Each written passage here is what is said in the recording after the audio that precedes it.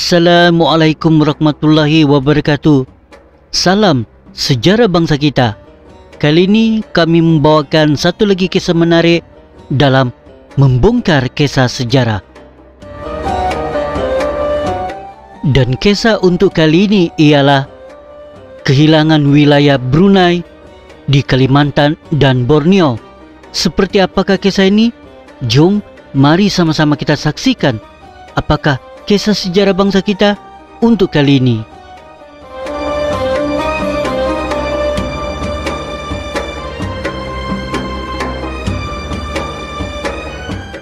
Kegagalan Spanyol menjajah Brunei tidak bermakna musuh Islam ini akan berhenti bertindak.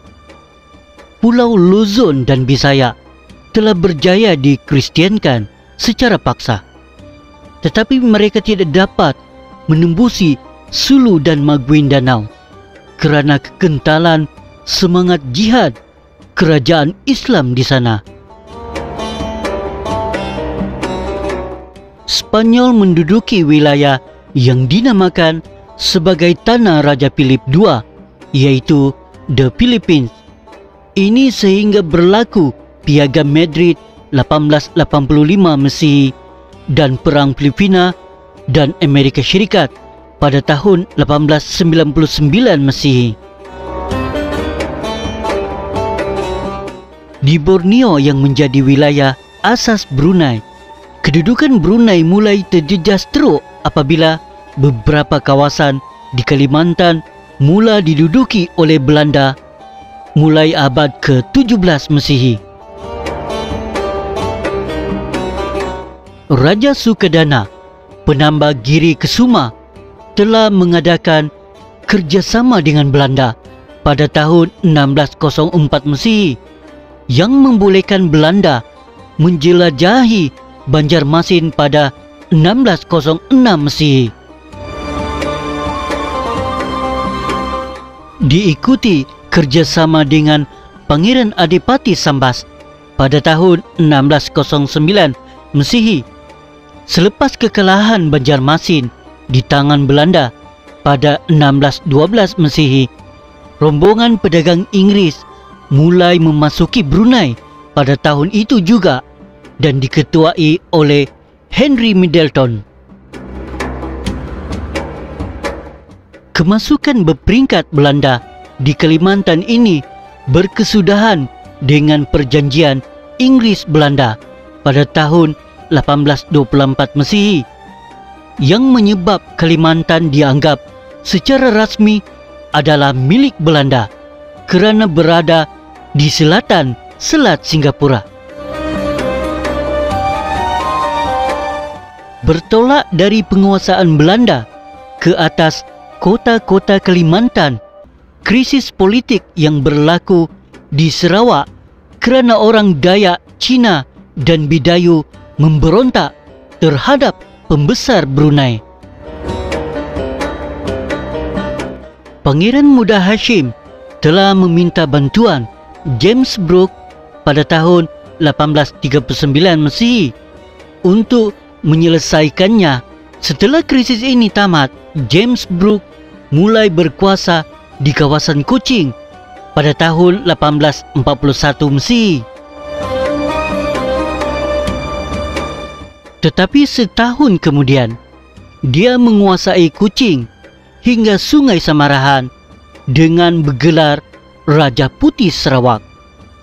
Pada tahun 1853 Masihi, setelah menyelesai pemberontakan di Saribas, Raja Brooke menguasai pula wilayah hingga Sungai Rejang.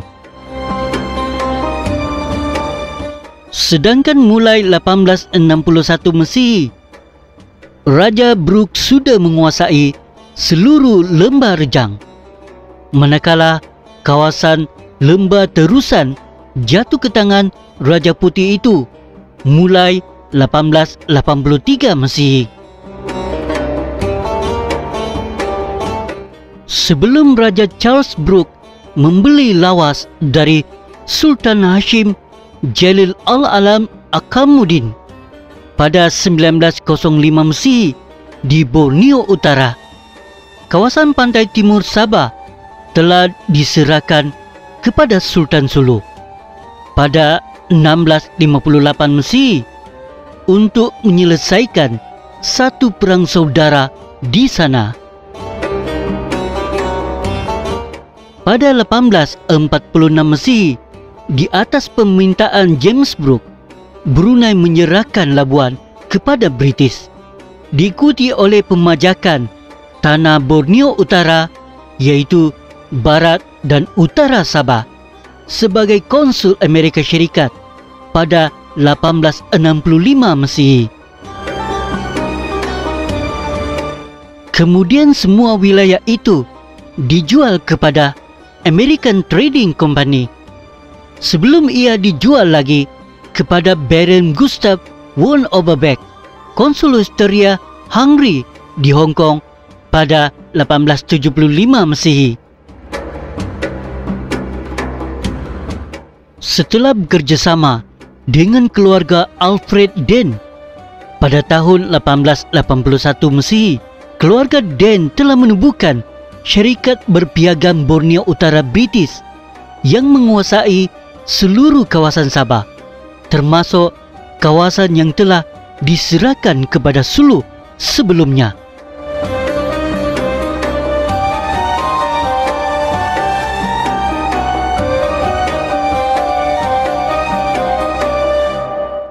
Setelah terlepas semua wilayah jajahannya, bermula dengan terlepasnya Visayas dan Luzon pada tahun 1571 Masehi.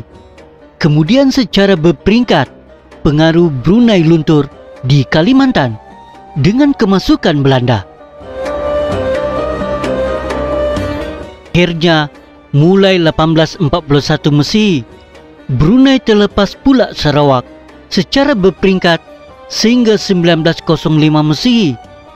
Wilayah Brunei di Borneo Utara yang disewakan kepada konsul Amerika telah dijual kepada pelbagai pihak sebelum ia menjadi milik syarikat British pada 1881 Masehi. Pada 1885 Masehi pula, Piagam Madrid telah mengesahkan Sulu dan Maguindanao yang pernah dinaungi oleh Brunei menjadi milik Spanyol. Keadaan ini telah menyebabkan wilayah Brunei mengecil dan kembali ke wilayah asalnya ketika Awang Alak Bertatar menubuhkan kerajaan Brunei dahulu. Penjualan daerah lawas kepada Raja Putih Sarawak pada 1905 Masehi adalah batu tanda bahawa pengaruh dan kuasa politik Brunei telah lumpuh sama sekali. Brunei sudah tidak mempunyai kekuatan untuk menyekat pengaruh British, terutama setelah negeri-negeri Melayu di semenanjung tanah Melayu hampir semua dikuasai British, kecuali negeri-negeri Melayu tidak bersekutu yang dikuasai melalui Perjanjian Bangkok pada 1909 Masehi. Menyedari kemerosotan wilayahnya, Sultan Hasim Jalil Al-Alam Akamuddin pada tahun 1885 hingga 1906 Masehi telah mengambil langkah untuk mengadakan perjanjian di antara Brunei, Raja Brooke Sarawak, Syarikat Berpiagam Borneo Utara dan Queen England bagi menghalang rampasan wilayah Brunei berlaku secara berterusan.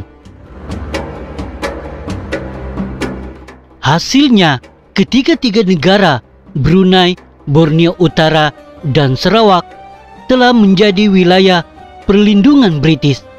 Ketiga-tiga negara ini tidak dibenarkan melebarkan wilayah antara satu sama lain.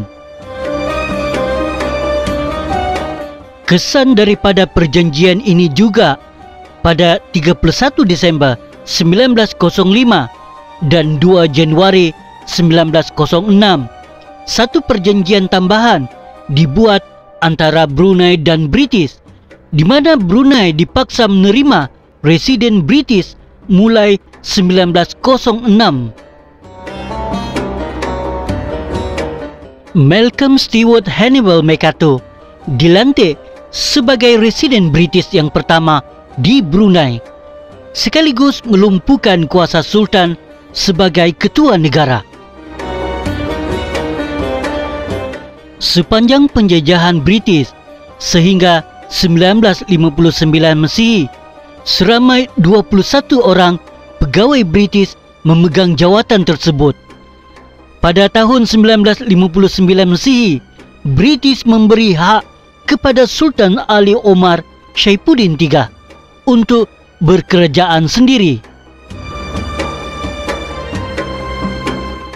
Tetapi dilantik seorang pesuruh jaya British bermula dengan Dennis Charles White pada 1 Januari 1984 Masehi, barulah Brunei diberikan kemerdekaan daripada British.